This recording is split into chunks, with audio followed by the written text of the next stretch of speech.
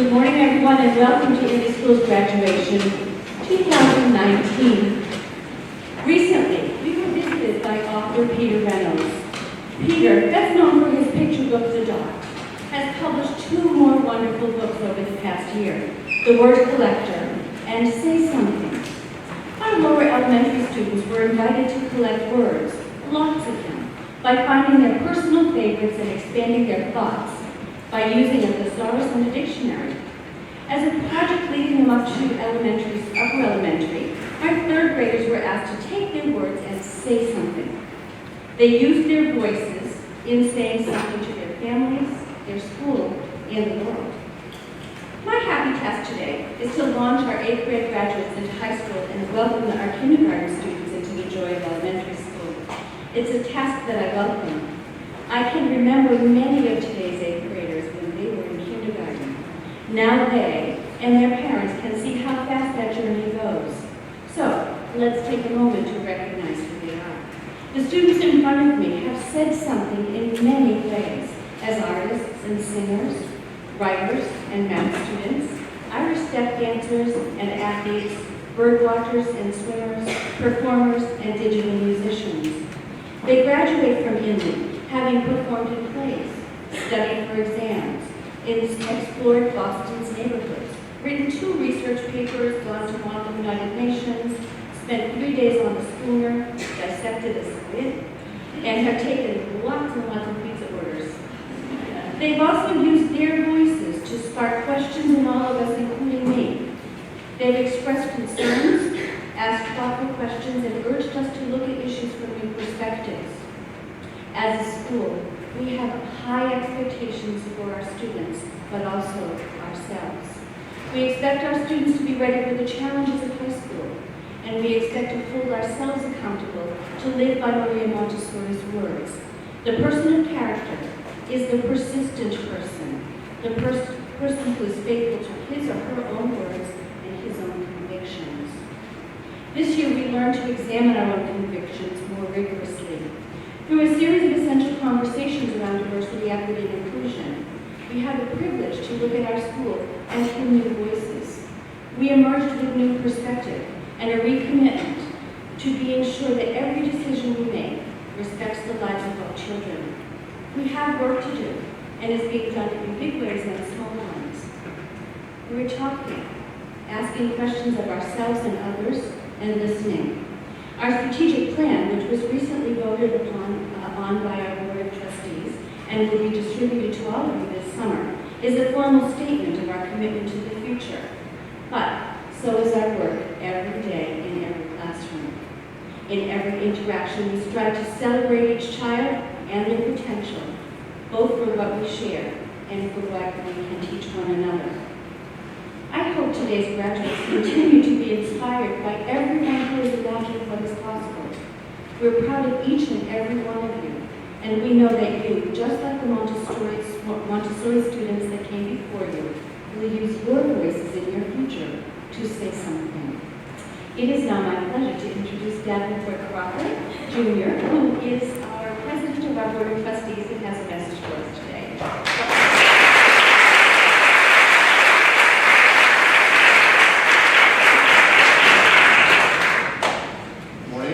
Thank you, Donna. It's always an honor and privilege to address this amazing room, all the more special with all of our families, our remarkable faculty and staff, and of course our super 8th grade graduating class. One thing I've learned this year is it's a lot easier to do this speech than it is to perform in the whole school musical. Knowing well that I'm not the one who came here today, I promise to keep these remarks rather brief, so we might enjoy each of your speeches. Quickly, I'd like to express, just like Donna mentioned about our strategic plan, I'd like to express gratitude and appreciation to my fellow board members and to all of you and to our community who actually invested countless hours developing and honing our new strategic plan. It's been an incredible process of discovery, discourse, and discernment. And over much of the last 18 months, we've identified a clear and concise direction for our school for the years and decades ahead. A special shout out goes to Charles Sella and Lori Newmeyer who actually spearheaded this exhaustive stewardship process and helped us to culminate in 3 pillars for Inley in the future. More to come on that, and I'm excited that we'll share all that and we'll work together on that in the years to come. Now, many of you know, if you've been here and heard me speak before, that I always like to share a story. Often I like to talk about people that we identify sometimes as being famous, and they've overcome seemingly insurmountable odds to achieve greatness. Today I'm going to share a story that's a little bit different, someone equally great, while maybe not nearly as famous. This is a story of someone named Johnny the Bagger. Barbara Glanz is an author and professional speaker. She travels all over the world and she speaks to groups about one of my favorite topics. That's building customer loyalty. A few years ago, Barbara was speaking and leading a customer service session for a large supermarket chain. She was speaking in front of over 3,000 frontline service workers, truck drivers, florists, baggers, bakers, butchers. During the course of her presentation, she said to everyone, every one of them can make a difference. You can create meaningful memories for your customers that will motivate them to come back to your store. For example, she shared, she heard about a baggage attendant at an airport who one time decided that his personal signature on his job would be that he'd collect all the luggage tags that were falling off of bags at the airport. And instead of throwing them away, he would mail them back to the people who lost them with a simple note that said, "Thank you for flying with us." She met a graphic artist who always enclosed a piece of sugarless gum, everything that he sent to his customers, so they never threw away a piece of mail that they received from him. She'd heard of a senior manager of a company who used to attach Kleenex to the corner of memos that she thought people might find difficult to read, and she attached a smiley face to those that she thought they'd enjoy. Now, during the course of her speech, she always left her telephone number and email address with her audiences, encouraging them to call her if they experienced anything special like adding a personal signature to their work. But a month after she'd spoken to the supermarket folks, she received a call from a frontline customer contact person, a bagger named Johnny. The caller proudly informed her that he was a Down syndrome youngster, and he told her the story. "Barbara, I liked what you talked about," he said excitedly, "but I didn't think that I could do anything special for our customers. After all, I just put groceries in a bag." Then I had an idea. He decided that every night when he came home from work, he would find a thought for the day.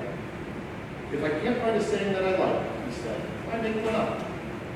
Then when Johnny had a good saying, his father would help him. They would type it 6 times into a page in a computer, print out 50 pages, and then the next day he'd cut each quote, and he signed the back of each one, Johnny.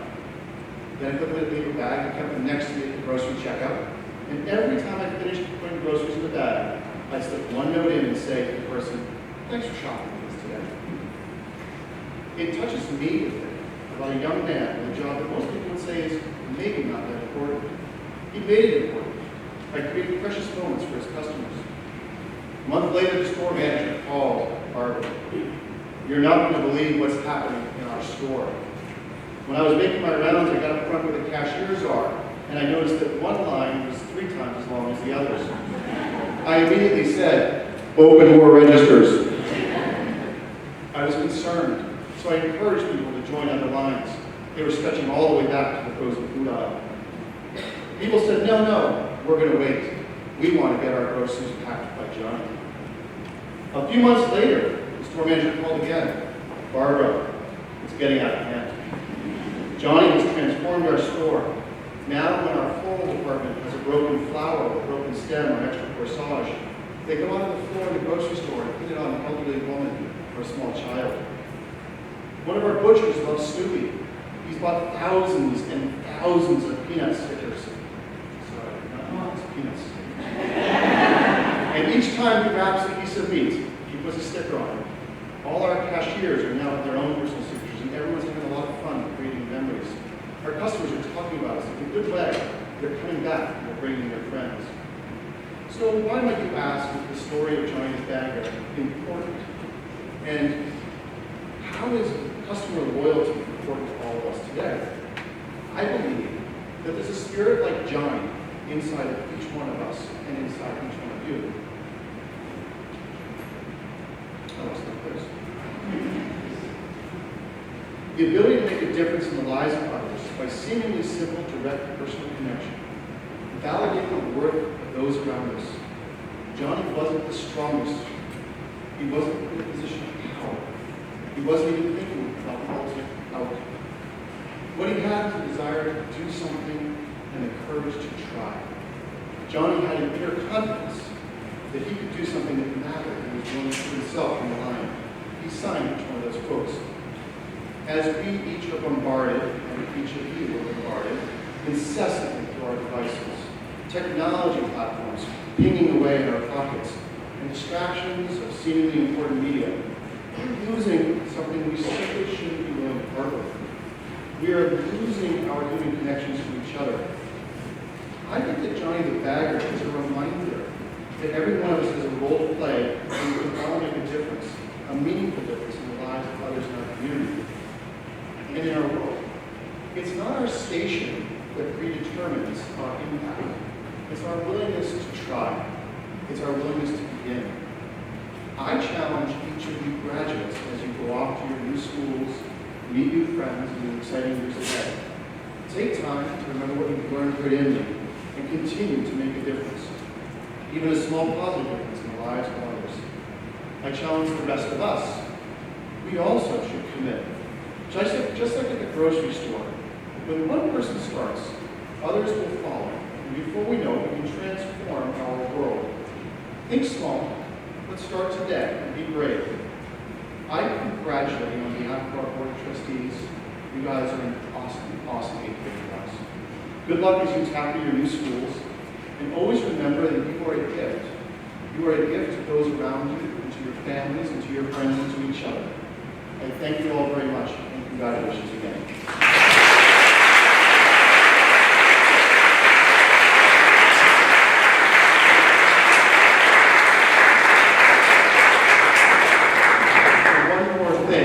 One more thing.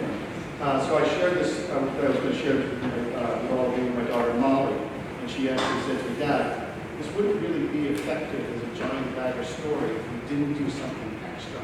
And so if each one of you check underneath your chair, except for those in the last 4 rows, sorry. Check under your chair, there's a little message for each of you to take home with you today.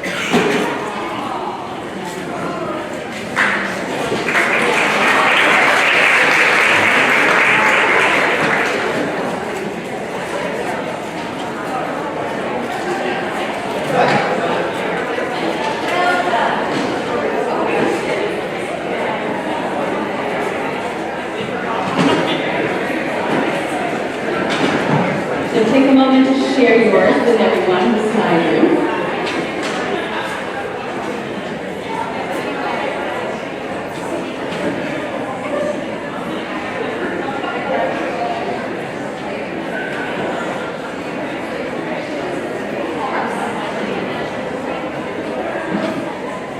Okay.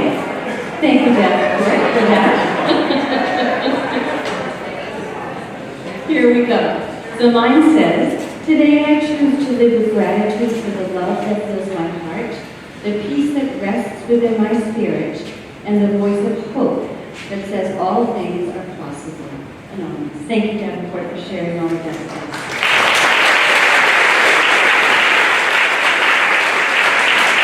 And now it is time for the thing that we wait for all year, which is to hear from our middle schoolers. And first up is Catherine Brisbane.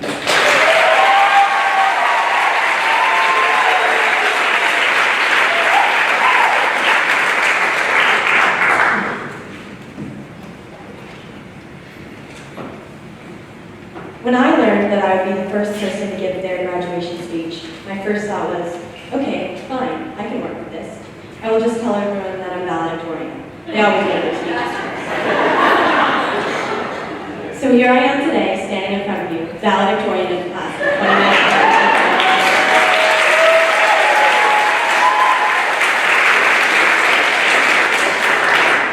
2019. A true valedictorian is basically someone who has won the school. And if you know me, I thoroughly enjoy winning. I get getting the highest test scores, reading the most books over break, or winning capture the flag in sports. I used to think everyone was motivated by winning. The only thing that pushed them was the want for more. Now I realize that other people are pushed by other things. I think I care more about winning because I feel like it defines me. And I think it gets annoying to other people. It's hard for me to tell. But there's a reason why I say I win all of the time. I'm scared of never being good enough, not being special, or just being part of the crowd. My favorite word for myself is mediocre. When I think like this, I sometimes just feel so lost inside my head about how bad I am at everything. It's hard to get out of, and it's exhausting. The way I think is kind of the paradox, though. I want to win and be the best, but I can't give any credit to myself, or tell myself that I'm good at it. Finals was the worst 2 weeks of my life. I was sleep deprived because I thought if I study for 1 more hour, maybe I'll be even better off. I was sad because I felt like I had no reflections about what I could do better for the next test, and I felt guilty for doing anything but studying. Sitting in finals passbacks, watching other people get the higher scores I wanted, with better comments broke my heart. In my head, I know not to just equate the scores on my tests with success or failure, but it's hard. When I get the higher score on the test, it's hard not to be proud of all the work I put into studying, perpetuating my belief that you need to stay up until midnight studying. When I get a lower score, I look at the people around me and think, how could I have studied for 3 hours last night and still got something wrong? Comparing myself to others has become a habit. Putting myself up against my cousins, my siblings, peers, and friends has always been who I am. I use the comparisons to make myself feel proud, but I also realize that it's punishing. Even right now, I'm thinking, I have to win speeches. It probably won't surprise you that I have my entire life planned out. I have a list in the back of my journal where I'm going to live, what colleges I'm going to apply to, and what jobs I'll have. I feel like if I plan out my life, I will have a better chance of my goals coming true.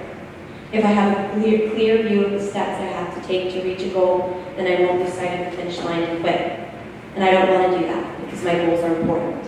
I want to help people in the future. I want to push myself to win so that it's possible for me to take on harder things. I want to become a pediatrician and doctor so I can help children and families. I want to work with Doctors Without Borders so I can use my drive to assist and help in other countries.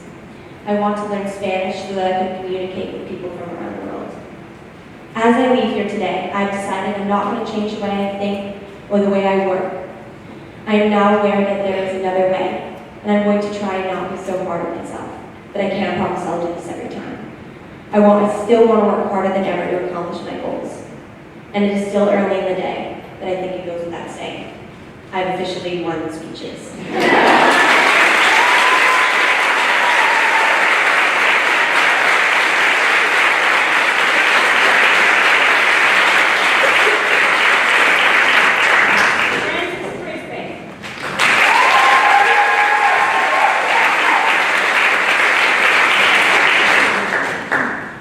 Public speaking was very challenging for me, and it made me very nervous. I have a vivid memory of the first time we did debates in upper elementary. I was supposed to stand up and talk about my group's argument. My mouth didn't move, and when it did, my speech was choppy. So I said a few words and sat down, all while cringing inside. And that was the last time I voluntarily spoke for my group for the rest of that unit. Because I did not like to make mistakes or be bad at things. I wanted to immediately understand them and be good. Then came September of 7th grade. After much deliberation, I chose to do Model UN. Politics was always something I was interested in, but when we learned we all had to give speeches during the opening committee session, my stomach clenched. I was very nervous for my speech. I remember sitting next to my partner, hoping that the chair had left my name off the list by accident. Unfortunately for me, they didn't. And of course, my topic was first, as each of the 2 days were spent on one topic. I walked up to the podium and took a deep breath and began. Thank you, Chair and fellow delegates. And honestly, the rest of it was a blur. When I give presentations, I get blank spaces in my memory. For the most part, I can't remember if I did well or not, but I do remember the sigh of relief after I had finished. When the time came at the end of that session, the group was asked who would like to represent the committee at the UNGA. Again, my stomach turned. I whispered furiously back and forth with my partner, and slowly I forced my hand into the air, and as I gave my speech on why I wanted to represent my committee, I watched everyone's eyes shift to me. I finished and sadly made my way back to my seat. The committee voted. I held my breath as the chair began reading off the names of the countries that were going to speak. He was speaking so slowly, or it seemed that way. But then it happened. He called Kazakhstan. I was shocked, excited, and nervous. I ended up speaking at the UNDA the next day. Ever since that day, I have kept going. I kept pushing myself to speak at any opportunity until I no longer had to push myself as hard. I was eager to volunteer. But that doesn't mean that I've mastered everything. Far from it, actually. I still have a lot to learn and a lot of time to do it. As I have continued into 8th grade, I have spoken as part of a student panel on Halloween multiple times in the UN Security Council at Model UN 2019, for my internship and on my Boston neighborhood study tour. I love doing it, even when I make mistakes, which I have learned is okay. To this day, I recognize that span of maybe 2 minutes as a major moment of change in myself as a student, as a kid, and as an 8th grader. That moment opened my eyes to the possibilities of myself and led me to stretch in other areas. My experience with public speaking has led me to have a new perspective of confidence in myself. I now know that anything can change with hard work. I learned that success takes time, patience, and trial and error. Thank you.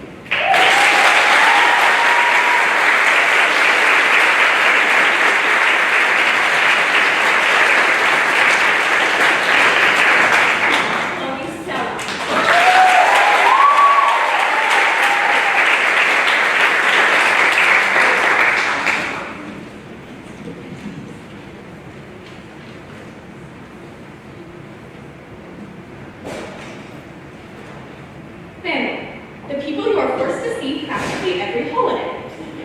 My mom is a strong believer of two things. She's the best mother, of course, and that family is the people who bring you the most joy in life, and those aren't necessarily related to you. I was always told family is about who's there for each other. My parents, siblings, and I have found family in classmates, babysitters, Zumba instructors, neighbors. I can go on forever.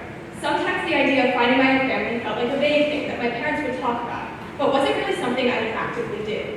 I thought those people just came to you, and you don't seek out your family, but I've learned that there's a great deal of both. Last year I made the decision to join Model United Nations. I can't lie, I had no idea what the United Nations was or what it did. The only thing I knew was when we played the World Peace Game in UB, the UN was dubbed the useless nations, and frankly, I know how to be pretty useless, so how hard could it be? It turned out that Model UN was really hard.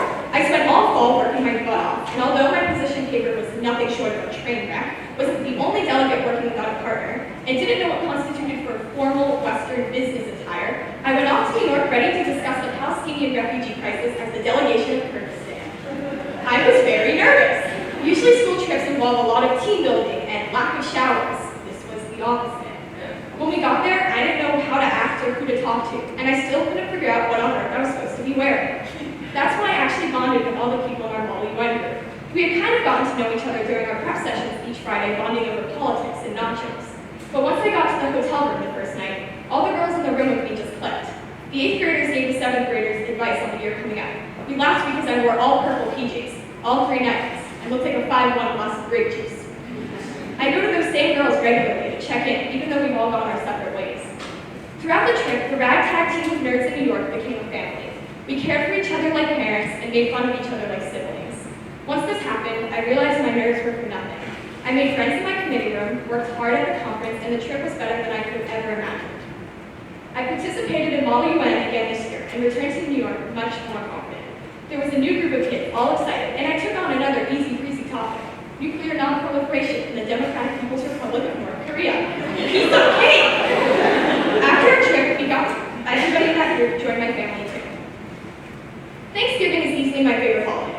Pretty much the time you spend with your family eating the best food on the planet. When I was 7, someone really close to me was moving back to Brazil to take care of their sick mother. She practically raised me and was like my second mom, there for me from the day I was born. She was moving before Thanksgiving, and we wanted to celebrate it with her one last time before she moved. So we had our first Friendsgiving. Friendsgiving has been taking place every year since, with people coming and going as time goes by. Sometimes we have 10 people, sometimes there's 20. Sometimes they're berets because of my mom's weird addiction to France. But it's always about the people who are there. There are people in your life that are going to be by your side no matter what, and those are the ones you feel like you need to throw an entire second Thanksgiving for. Maybe it's because I've always been told to find my people, but I'm always looking for people to become a part of my ever-growing family.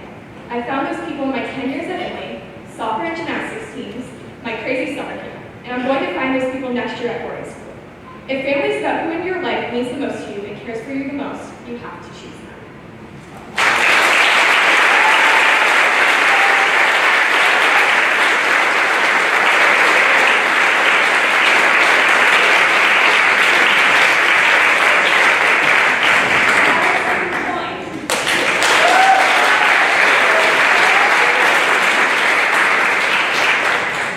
12 years, 4,380 days after first arriving on campus. I'm standing up here, now 14 years of age, giving a speech about my journey at the Inley School, wanting to explain in some way how it shaped me to be the person I am today. I thought about speaking about a specific memory or about one of my passions, but instead of choosing one of those themes, I'd like to share about something I've had to let go of over my time here. We've all used the excuse, I can't, in our lives. You might have used this excuse when learning to ride a bike or learning to swim. When something is either unimaginable or too hard, we fall back on believing we can't do that task. I use this excuse a lot in my life. I relied on believing that I couldn't do things, and that mindset was toxic. And this made me have to work harder to do simple things my classmates could do. When I was younger, I used to play lacrosse on the Citrus Rec League. I was always the larger kid on the field. The players around me were always more athletic than me, and would be the ones making the plays, running up and down the field. As the smaller players on my team ran to the opposite team's side, I stood by the goalie, taking the spot as defense. I only had two parts of my position. One was to stand my ground, and the other was to block our opponents as they tried to score. I wasn't very good. I didn't take the sport seriously. I just hated the constant movement and lack of stamina the other players possessed. I stopped playing because of the obvious difference between my athleticism and the athleticism of the other players. The truth is that when I was younger, I hated anything that involved physical activity. I never pushed myself to my full potential in sports class or at town sport my parents forced me to play. All I wanted to do was relax and play video games and not move around. I said, I can't do this. It's too hard. And because of this, it was hard for me to lose weight and push myself in sports. I began to dislike physical activity even more. This mindset also transferred to my school life and work. I didn't do my schoolwork either at school or at home. It was easy to say it's too hard because I have dyslexia. When I looked at schoolwork, my brain would always have a really hard time connecting with it. I would find anything else to pay attention to. Maybe it was a classmate doing something unexpected. Maybe it was an animal just being stupid outside. Whatever it was, I would focus on that instead of my original task. But I thought that using disability was the reason why I didn't do my schoolwork would relieve me on my work obligation. I'm not sure exactly what it was, but I realized that I could no longer use this excuse. I would have to work now. This was a huge push for me. I had to take all the things that I found challenging and take them on. I had to make myself think that I could do it. I had to let go of my can't mindset. I am proud to say that in both my years at the Inley Middle School, I have not had an assignment turned in late. As I finish up my 12 years here, I've realized that success is only accomplished after failure. I've seen myself find success with things that I thought I could not do.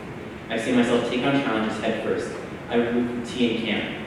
That has helped me accomplish things that I never thought I could have done. And out of all my Inley lessons, this one is the one I'll take it with me into the future. Thank you.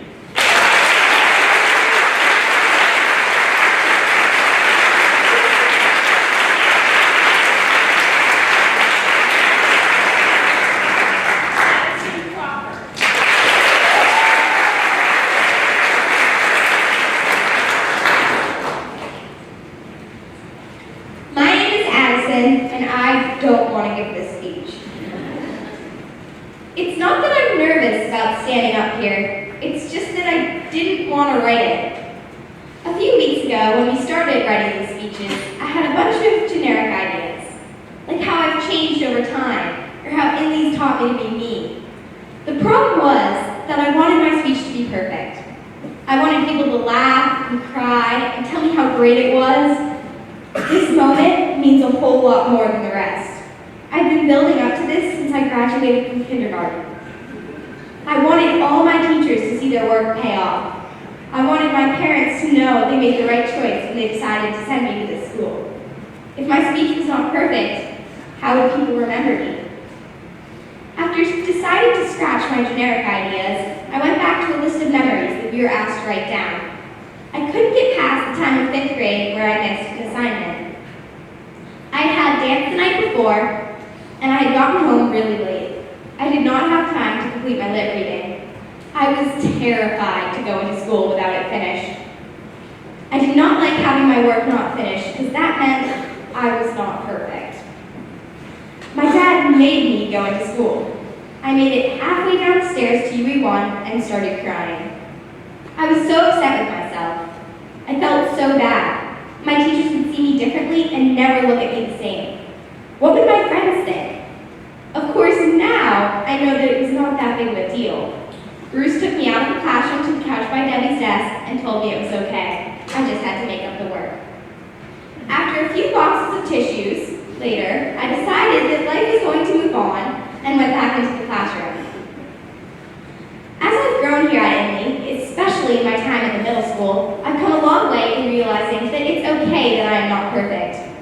In 7th grade, I was out sick with pneumonia for 2 weeks.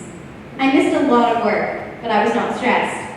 It could have been the antibiotics I was on, but I think I knew that my teachers would help me figure out how to make up the work once I got better. Nobody cared if I was perfect, as long as I worked hard. Even though my teachers helped me with my homework, it's not the same as my graduation speech. I think there was a reason that that story stuck with me as I began to dread giving the speech. It's that I desperately wanted this speech to be perfect, and I know that it won't be. So I still don't want to give this speech. Because after I give the speech, I get that diploma. I will no longer be a student at Inley. I'm stepping into a world of unknown.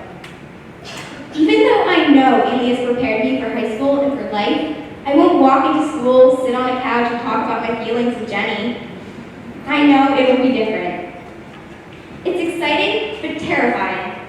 So maybe if I don't finish this speech, I won't have to graduate.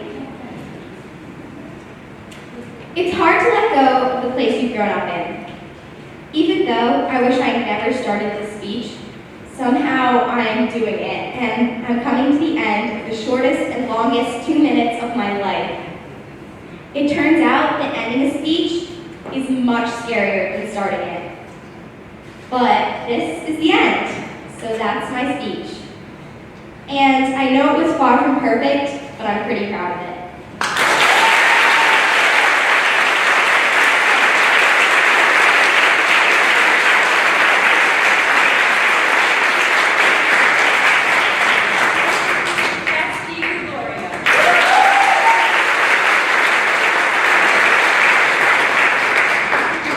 When I was younger, like most of the kids my age, new beginnings were hard for me. I didn't like change. Now they are hard for me, but not as hard as they used to be.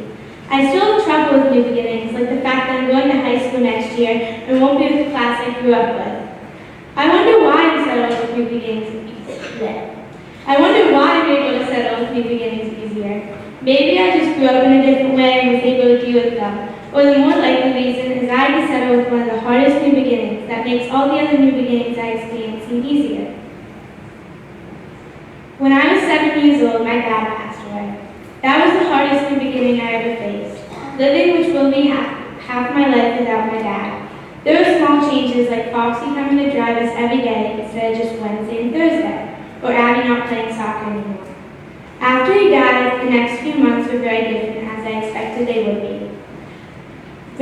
People I had never met before would come to my house with me gifts like food or flowers, and sometimes even toys. They would sit with my mom for hours just talking. After a while, when less people started coming, I started to settle. Some people might say after a hard or sad event that you just get over it or deal with it, but this is something you don't get over. You settle. You settle knowing that things have changed and things would be different. It didn't take me that long to settle, only a month or two. I think it was because I've always been a positive person and spent all that time being sad on the inside but acting as if I was still the happy person I was before, and that didn't change me. Eventually, when I was back to myself, it took my mom a lot longer to settle. When Abby and I were mostly settled, she would act like she was too. Sometimes she would be upstairs and come downstairs with a fake smile on her face, and her eyes would be all puffy from crying. When other people were sad, I didn't like to say anything. I didn't want to make it worse. I always tried to act like I didn't notice, and I was still the happy little girl they had always known. I was always positive and looked on the bright side of things, and if I couldn't find it super quickly, I'd look till I found it. There was the occasional temper tantrums, but I had grown out of those by hardest thing that I had to get used to was coming home and not being able to see or talk to him about things that happened that day. When I was younger, I hated when him or my mom asked me about my day, and I would have to give a step-by-step of things that happened. But after, I missed it. One thing that I had to face after this that helped me was when I was in UE 1 for 4th grade, but then Inley School made UE 3, and I was going to move there for 5th and 6th grade. I had a group in UE 1, and I was the only one moving. Yes, this was hard, but it wasn't as hard as This was hard, yes, but I didn't have a hard time moving. Wasn't like I was never going to see them again. My group was also sad I was leaving, but it wasn't incredibly hard. I was going to see them again, and they're now still my closest friends, even though we were not in the same class. Every hard and easy beginning you grow from. I'm not trying to put a silver lining on the situation because there is none. But saying that I haven't grown from this would be a complete lie. This was and probably always will be the hardest new beginning of my life. If you had told sad 7-year-old me that this is where I'd be like now, she wouldn't believe you. So many people helped me through this hard time, and I'm very thankful for everyone who did, even if they didn't know they did. Thank you.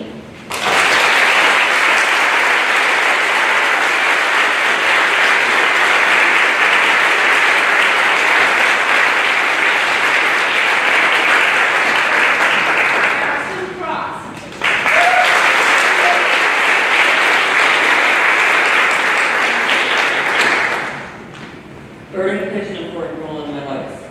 I go birding almost every weekend, and sometimes even travel just to see a rare species. Throughout my experience birding, I learned to be very patient and determined. At first it was difficult, but eventually learned that it wasn't that hard. Patience is a very important skill in birding, because when I'm trying to take a picture or record a sound, I need to wait for the perfect moment.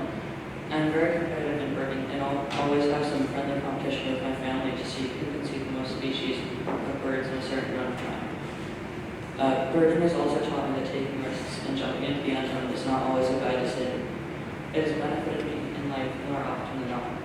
Sometimes chasing a rare bird will result in me missing out on other things that I really want to do. For example, when my family drove up to Canada to see a pink-winged goose, I had to miss going over to my friend's house in order to see the rare bird. And it turned out that we didn't see it anyway. It shows how even though I sometimes want to do two things at the same time, I can't be in multiple places at once. I will have to choose. And sometimes choosing is the riskier move is better. At the same time, I know it will not always work out, and I can get very disappointed, because even though I sacrificed something, I still didn't accomplish my goal. And I know now that even though not everything goes right, most of it does.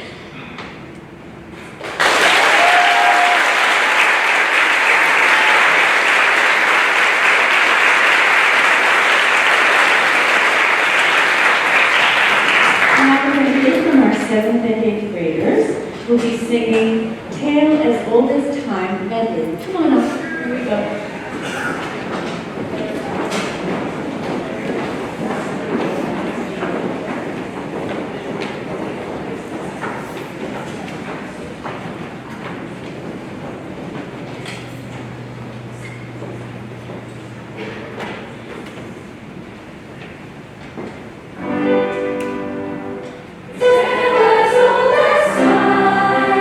Song as old as time.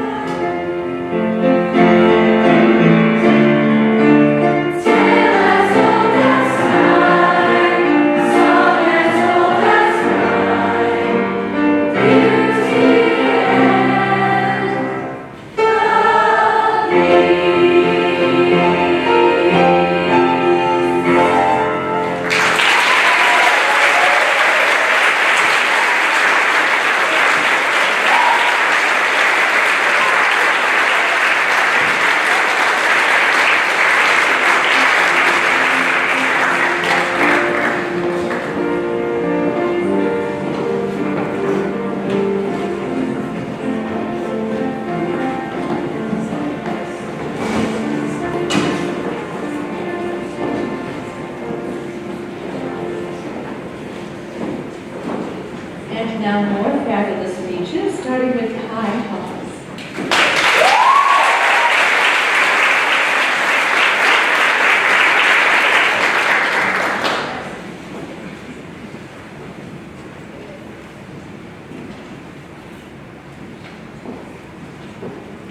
I'm a person who takes advantage of opportunities when I see them, and Inmate has given me so many of those opportunities.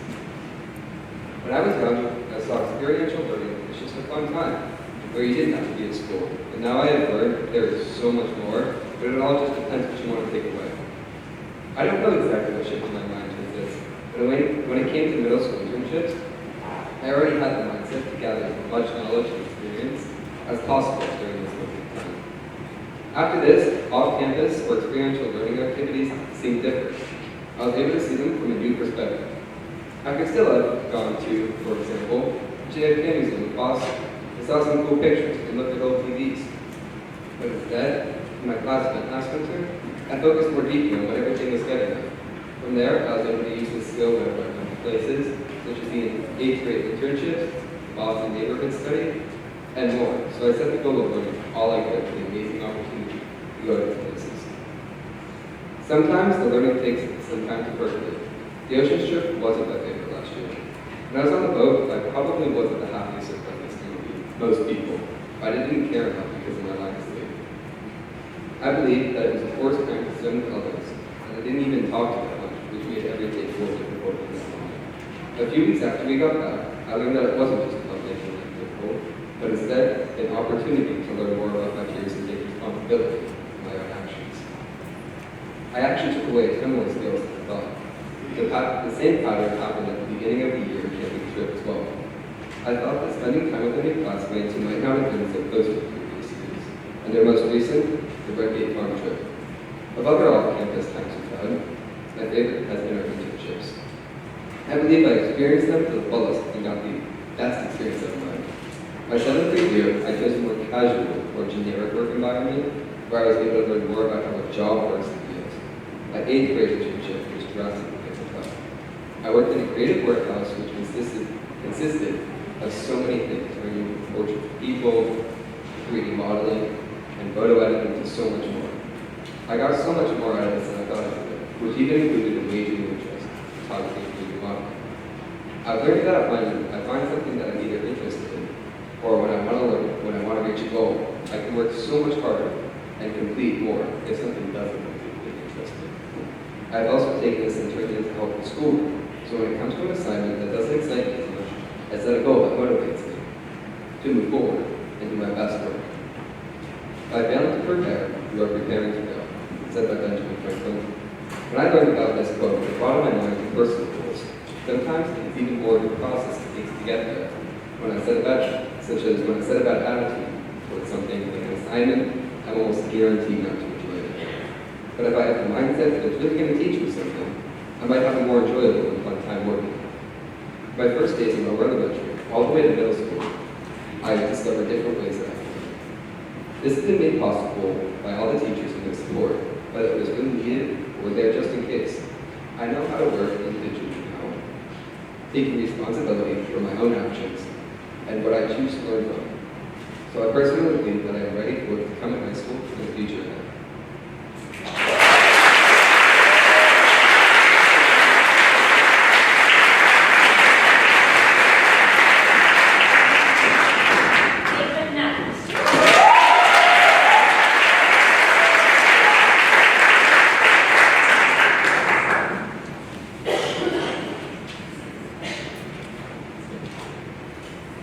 For as long as I can remember, I would start my days at Inley being twirled around in Donald's arms. As the car door would open, I would kiss my mom goodbye, grab my backpack, and almost before my feet hit the ground, I'd be running full speed ahead straight towards Dawn. As I'd approach, she'd plant her feet, get ready, and I'd leap into her arms and twirl around, as if there was not a care in the world, as free as a butterfly.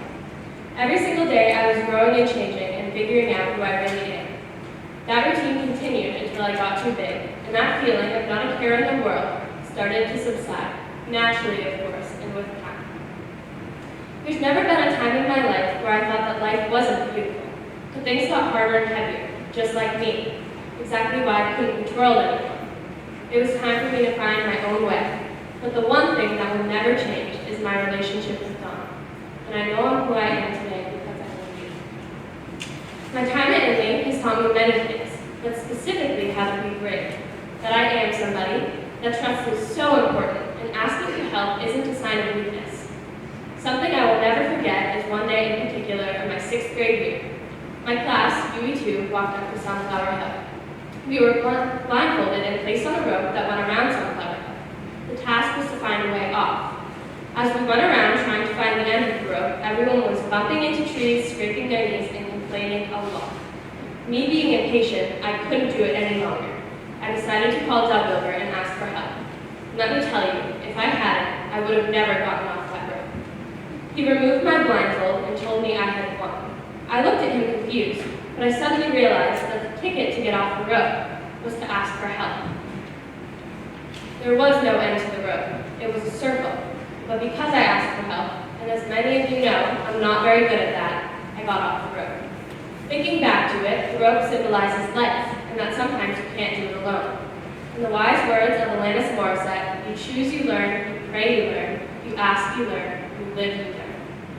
The stuff I've been through at such a young age has been so hard and taught me so much as a person.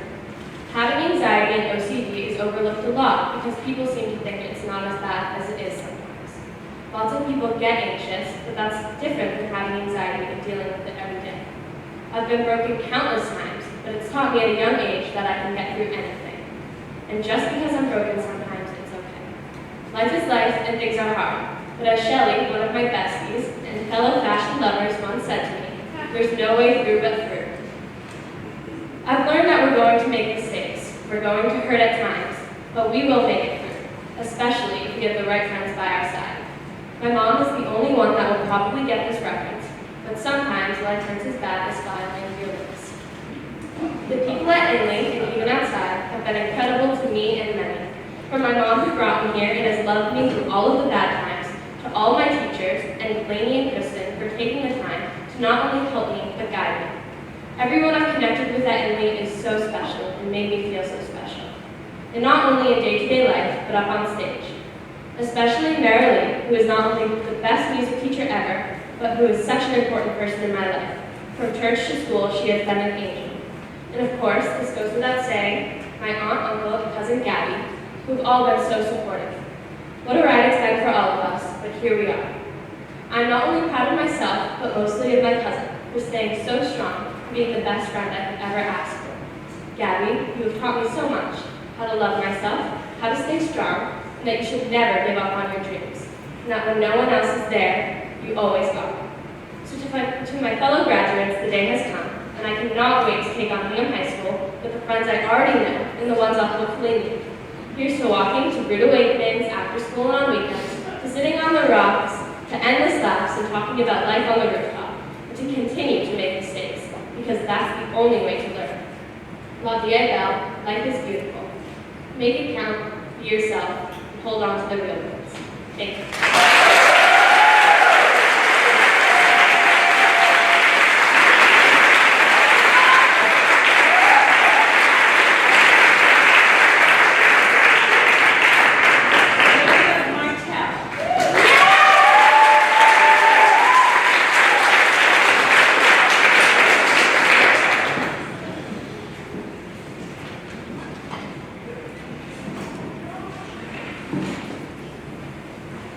I remember one day in 5th grade, my friends and I went to play structure on the lower floor at recess and sat in the shade. It was the perfect day. We talked about all the normal things that kids talk about, how annoying the homework was, who our favorite teachers were, and all the new gossip. Then the question came, what's your life after Inley going to be?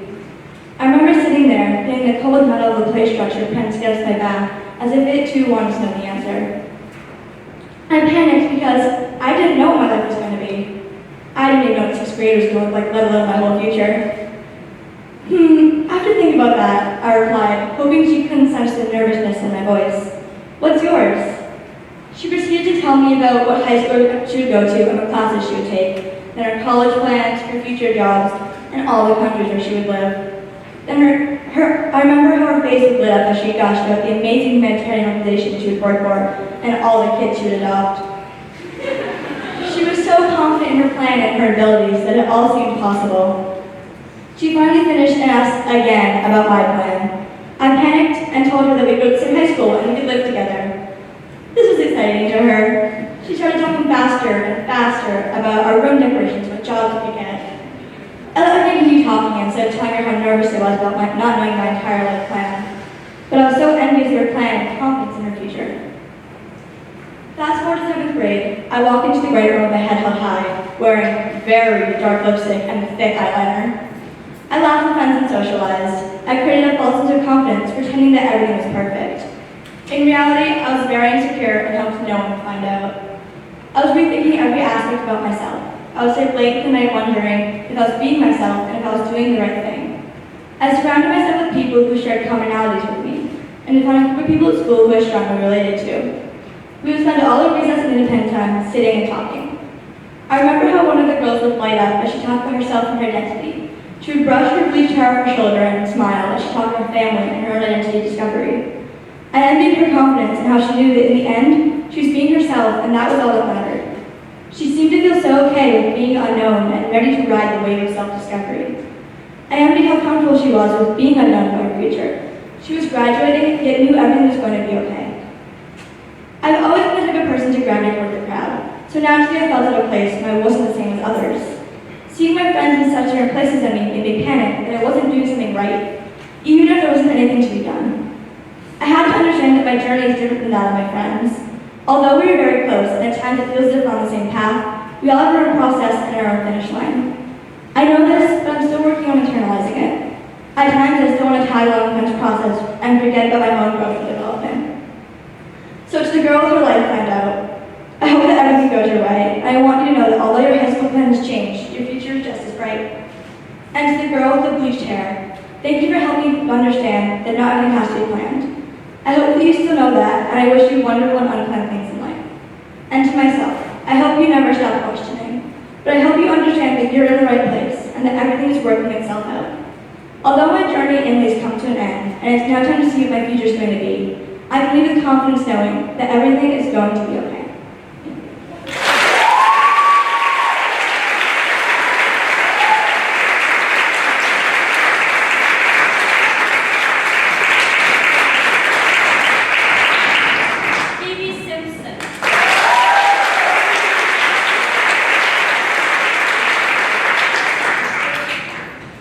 One of the greatest discoveries that I've had throughout my education is that I should hold myself to my own standards. This discovery started back in first grade when I was placed on an IEP for extra reading and writing support. I would get pulled out of classes for extra services, and I didn't like this. Every time the learning services teacher stepped into my classroom, I would shrink lower and lower into my seat. As she called my name, I hesitantly got out of my seat and tried to slip out of the classroom as fast as I could. I could feel millions of eyes staring at me, making me feel different, like I couldn't succeed without somebody looking over my shoulder. This feeling, along with my IEP, continued until the end of 4th grade, when my teachers felt I no longer needed it. My parents were worried that I would struggle without it. The year that followed was very difficult for me academically. I had to work a lot harder than I had previous years, while my peers seemed to effortlessly finish the school year. At this point, I did care about my academics, but, sorry.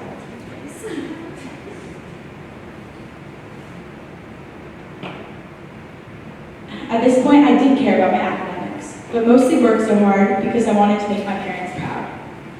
I was afraid of disappointing them and wanted my report card to reflect all the hard work I was putting in. When the report card finally came, it was my best one yet. I was so proud of myself and wanted to show everyone. When my mom saw it, her face lit up and exploded into a smile. And when my dad heard the news, he was much more subtle with his emotions. He simply told me he was proud of me, which is the best you're going to get from him unless you're talking about sports. Still, I had accomplished my goal, which was to make them happy. Happily, I discovered that more than that, I felt a sense of accomplishment and pride in myself. I persevered through a difficult school year and not only impressed my parents, but impressed myself. Since then, I remind myself to think about what outcomes I would be pleased with. And I've learned to work hard to reach this goal. Little by little, I've been able to have faith that everything will be okay if I trust myself. Now, I still care about my parents' approval, but I'm trying to hold myself to my own standards. I know that my own opinion matters just as much as others, and maybe even more, and I should work hard for myself and not just for others. I have to set myself up for success. I'm still a work in progress, though. Even for this speech, I felt pressured to do well, so I would make my mom, my dad, and my grandma proud. How am I doing?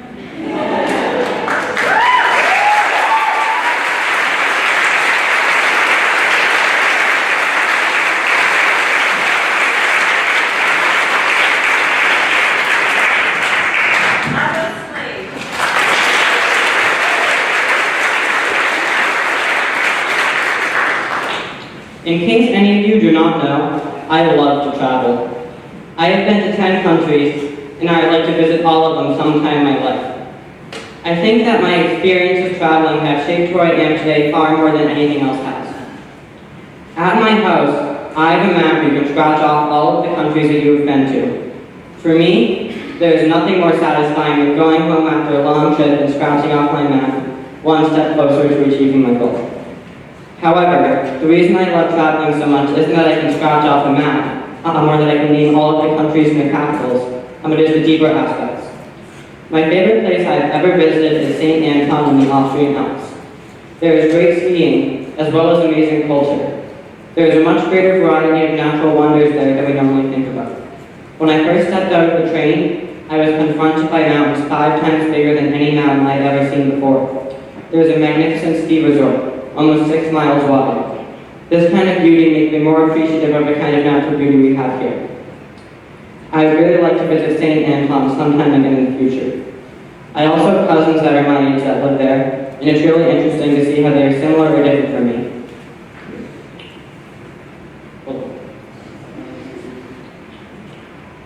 This is like when I went to England and found that they were so similar yet so different from me at the same time.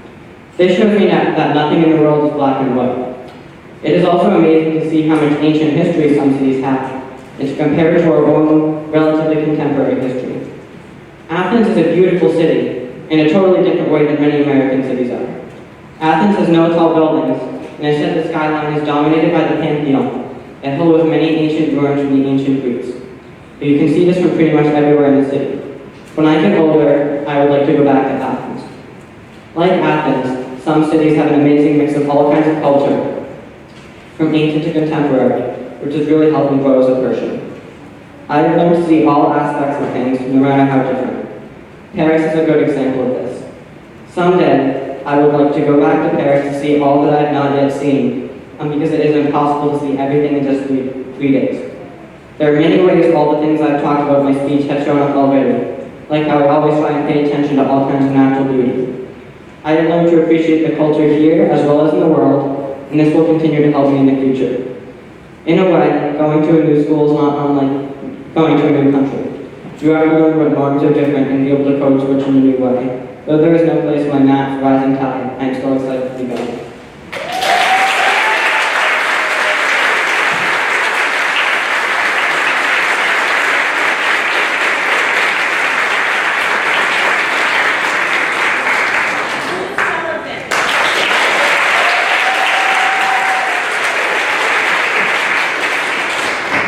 Growing up, everyone has come to know me as the kid who makes the most out of every second of recess and sports class. The one who always wants to be outside playing. When it's time to go to recess, we're still in class. I always attempt to send subtle hints to the teachers, trying to get us outside faster. Up until recently, I saw life as an extended recess, where I was free to do whatever I thought would be most enjoyable. Meanwhile, the academic part of school has always seemed more like an interruption to my recess more than anything else. However, now that I look back on it, I realize that without the school days, there would be no recess. The hard work that I put into the classroom is what makes the free time I get to spend with my friends so enjoyable. I know life is full of challenges,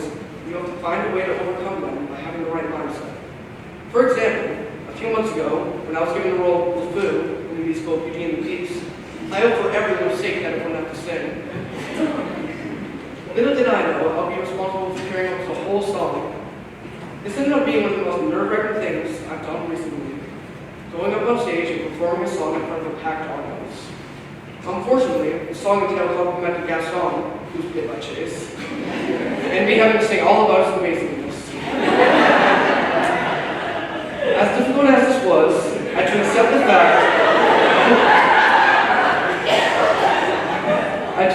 fact that participation in the play was mandatory, and I had to play my role to the best of my ability. That experience was a good step in improving my public voice, even though it was still a struggle for me. Even being up here performing this speech is a challenge that a couple of years ago I could never imagine facing. But knowing that right after this, I'll be able to celebrate the start to summer with everyone that has made my Inley experience enjoyable at the picnic is going to be my reward. One of the most valuable lessons Inley's taught me is to appreciate not only recess, but what it takes to get there.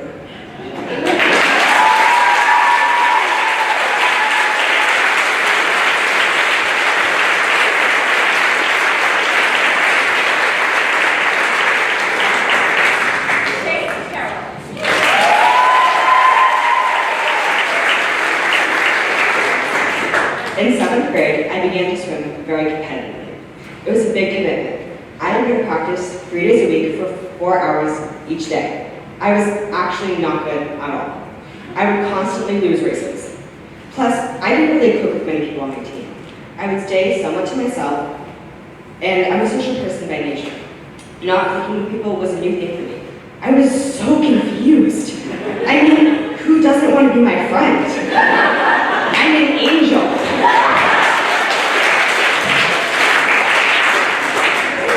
I was used to having a core group of friends, like at school, and this was the first time I did it. But I really liked to swim, so I stayed. And I started to go to swimming solely to swim. My skills started to improve a lot. I started to become really good at my swim practices and in meets. I eventually moved up to a faster lane. It felt really good. I didn't realize this at the time, but not being social during swim probably made me a better swimmer. When I focused on something besides being social, I improved much quicker. I eventually made lots of friends at swim, which was easier when I had the confidence for being a good swimmer. So, because of this experience, I'm no longer a social person. This is obviously not true. But the focus I applied during swim, I realized I could apply to other things, like schoolwork. Focusing took a few tries. And I'm still trying. Working independently was harder for me. I've always been very loud and surrounded myself with a lot of people. Yet, I learned I could be social and control myself when it came to work. This skill became useful, especially when learning to stay out of social problems. It has also helped me to form my own opinions and perspectives of the world. I have found this skill and way of going about life very helpful and fulfilling, and hope to carry it not only to high school next year, but beyond that. I'm still a huge extrovert and love making people laugh. I'm loud and I'm not afraid of new things, unless it's farming. That is tragic. When I learned to focus and think for myself, I also learned about the friends I wanted to surround myself with. Hard-working people that are also really fun to be around. I find that this kind of person allows me to grow. I find that I work best with them, wherever I am. Whether it be at school, swim team, or in a place that I've never been before. I'm still improving my skill of being independent, and knowing myself, it's going to take some time. But it will come. Thank you.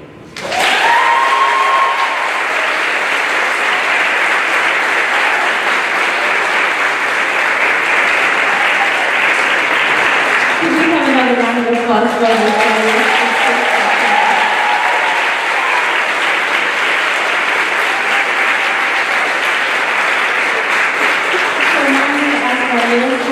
to come out and we're going to get ready to present diplomas. So 8th graders, if you can get ready in your lines, thank you.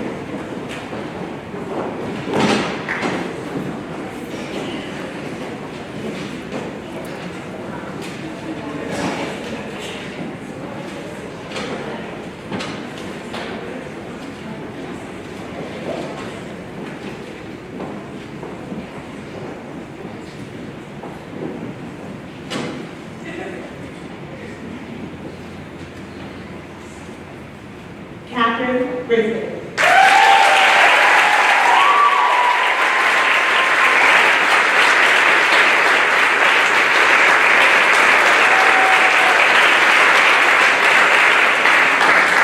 Frances Brisbane.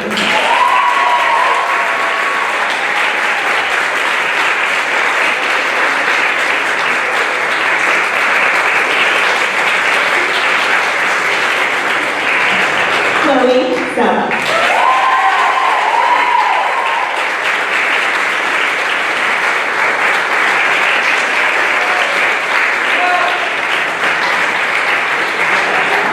Harrison Coy.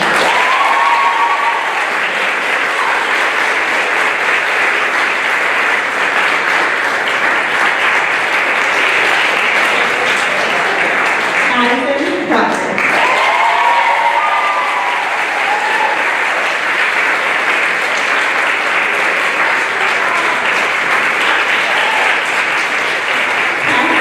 Gregorio.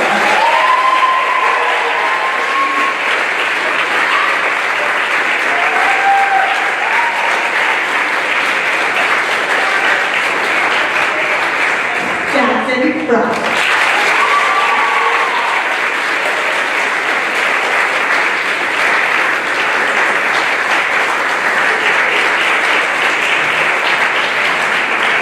Ty Hall.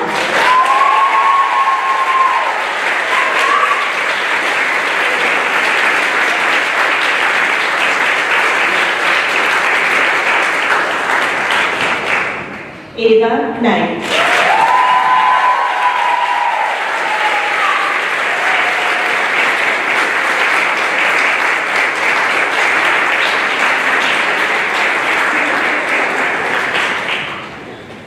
Lilia Martel.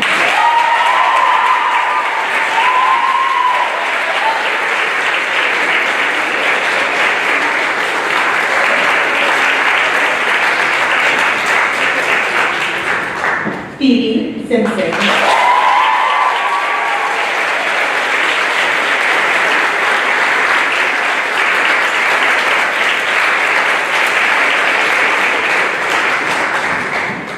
Otto Slade. Ruth Sullivan.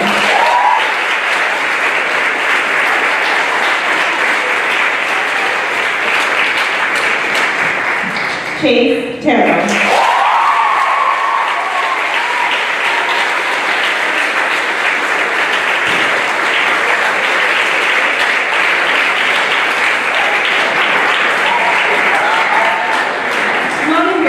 Lovely round of applause for our middle school teachers.